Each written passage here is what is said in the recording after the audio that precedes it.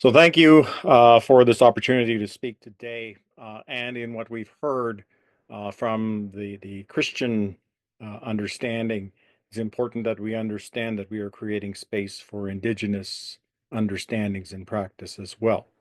So we offer a beginning of a smudge and a prayer as we begin all things, and as we begin this Jubilee event for this year, how important that will be. I just like to offer a prayer.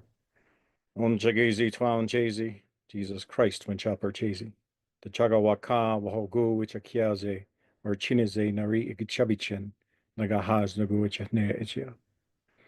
That is our Lord's Prayer in our language, and something that, as people who were brought to Christianity in the 1850s, that we continue to espouse and practice. It's also important that we also have our own traditions. Here in this example, as we heard from Peter, the Jubilee is not new to this land. Jubilee as a practice is a practice of balance, of reciprocity, of giving back, of respect, as we heard in the examples. It's a practice of taking a break, taking time to appreciate, taking account of what we have done. It all is also a giving to the land, as Dr. Vindeloria said from the Lakota people, saying giving the land a time of rest, a time of its own, a time to heal, to assess our values, to stop abuses and violence and bondage, but to seek renewal. Our call reflects this. We'll be coming to, for many of us, to the lands that my people call Yethkamakoche. And in this land, we have several sites that are very important to us. Iamnathka is the holy mountain. It is a place where God sits. In the tradition of the um, uh, Hebrew people, it would be similar to Mount Zion or Mount Hebron, the place where we go to commune with God. And in this space, it is this road right here that marks the separation of the reserve on this side to the lower end of the screen, and on the other side is a provincial park. And so this mountain that is a holy space is off outside of our reserve boundary, a place where it is regulated by game wardens and others of the province to hold the title of this place in on public lands. And so our holy place, our temple, is off limits to us to be used as we would normally do. We could go and do that.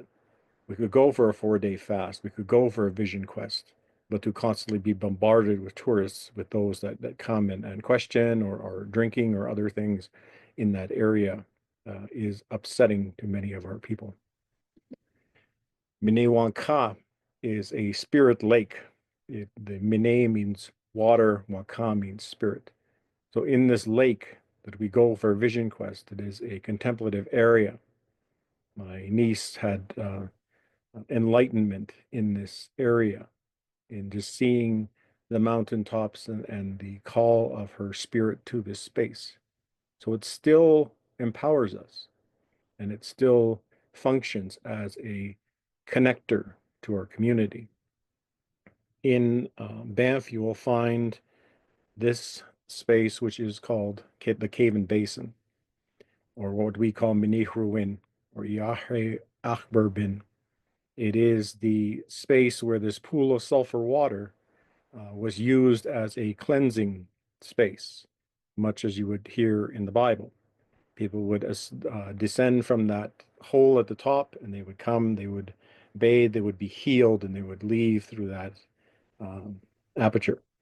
And once the Stoney guides had told the CP rail workers about this, it was quickly told to Ottawa, and it became the first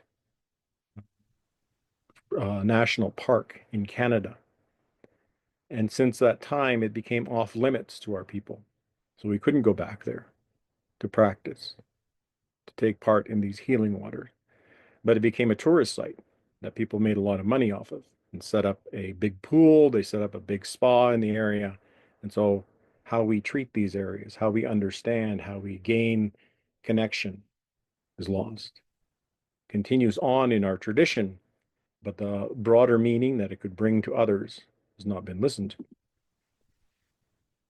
Iarhetatanga Wawehage Waka is the name of Banff, but it is the name of this mountain we call Tunnel Mountain. It looks like a buffalo lying on its side. As a spirit mountain, it cares for all of the plant life, all of the waters, all of the healing pools in this area. And it is a center for this strength of places. When the Spanish flu hit in our community, our people went back to this area. Our people went back to gaining the medicines in this area, gaining the healing places so that they could be protected. In a way, they socially distanced themselves from the rest of society back in the 1900s. Ihage Nakoda is a mountain just outside of Canmore. It is a mountain that it is said the man who so loved this area asked to stay here forever, and he was turned into this mountain. And so you see the tops of his knees here, and as you go back, it looks like he's laying back into the land. So we have in our tradition this connection to the land that is embodied in the bodies of our people as tombs, as stories, as legends, how we are tied to this land and how it is in these ways not only sacred to our bodies and to our function, but sacred in the way it operates in our knowledge. Ozada Imni is the Kananaskis Lakes. It is a place of solitude. It's a place of contemplation. The place where leaders would go to assess the world and assess what they knew. And it's very fitting that this Kananaskis Lakes in the Kananaskis area is one of these spaces that the G7 will be coming back to, place in our traditional knowledge areas. They come to what is called Kananaskis, but the real term for it is Ka'inashke. And this space is a place of refuge. It is a place of healing. It's a place of knowledge. And so these are important connections that we understand for these times, something that comes from the land. We don't create these spaces. They are in and of themselves these healing spaces. Banff, which we call Minerva, is named for this waterfall, the Cascade Waterfall. It is a place of origin for us, a place where we have come out of the mountain behind this waterfall. And at the end of time, we will return back to this mountain. Chuapchinchen Kudebi is what we call Canmore. And it literally translates to shooting at the reeds, shooting at the willows. It is a space where there's a story that's associated with the area. And I think about how if we had had better relations with the non-Indigenous people, this town might have earned a different name. Its name might have changed. These are things that happen. But because of that, the fracture in our relationships, we have not moved on. In Canmore, there's beside the United Church, there's a Northwest Mounted Police outpost. And in that outpost, there's a jail. And you go in, you can see the bars, and it's a very rustic cabin. And that jail was built because that's where they would house the Stoney people when they found them off the reserve. So they would be incarcerated in that building. So that's part of the relationship that we think about when it comes time to assess where the world is going and what we're doing, how we address some of the injustice of the past, how we fix and move forward. In this area, I was taking part in something called a Green Exodus program with one of the uh, people who is now the head of the Calgary Interfaith Council as our executive director. And she gathered us together, and we asked the question, what do we sort of acknowledge most or understand about this area? And for me, it was about um, not being able to go into this place comfortably, not being able to return and to gather medicines, to gather herbs, to gather things that we use, and to always be under the watchful eye of the non-Indigenous settler inhabitants, the residents of that area. And so I offered that to the group, and to understand how we are being affected by the histories that we are engaged in. This year, we will come to what is called the Stoney Indian Park. This is where we will gather for the medicine wheel, which is up here in this quadrant of the park. It is an area that was utilized in the ecumenical conference that we held from 1971 to 1985. And in this gathering, we had many people that came from across North America, from across different places overseas, who had come as Indigenous people to share their teaching, share their knowledge, and to come to bless this area with their practices, a place where they could freely practice once they had come out from under the bondage of colonialism, and to be able to return to their teachings. And so this is a place of healing.